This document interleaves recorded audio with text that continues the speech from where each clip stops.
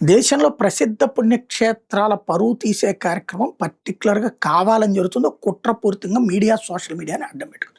ధర్మస్థల మీదన దగా ప్రచారం చేశారు, దుర్మార్గ ప్రచారం చేశారు. చెప్పేశారు, చంపేశారు, చంపేశారు. అంతేరా ఏమీ లేదక్కడ.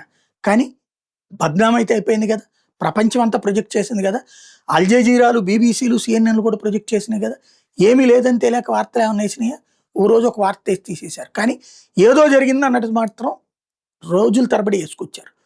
అట్లాగే ఒకప్పుడు సత్యసాయిబాబా మీద విష ప్రచారమా, లేకపోతే గనక ఆలయాలకు సంబంధించినటువంటి విష ప్రచారాలు చేయడం అన్నది ఒకటి అలవాటైపోయింది. ఇప్పుడు అయోధ్య రామ మందిరంలో భక్తులు వేసిన కానుకల్ని 200 కోట్లు దారి మళ్లించేశారు అంటూ ఒక వార్తని సోషల్ మీడియాలో ప్రొజెక్ట్ చేసుకొచ్చారు.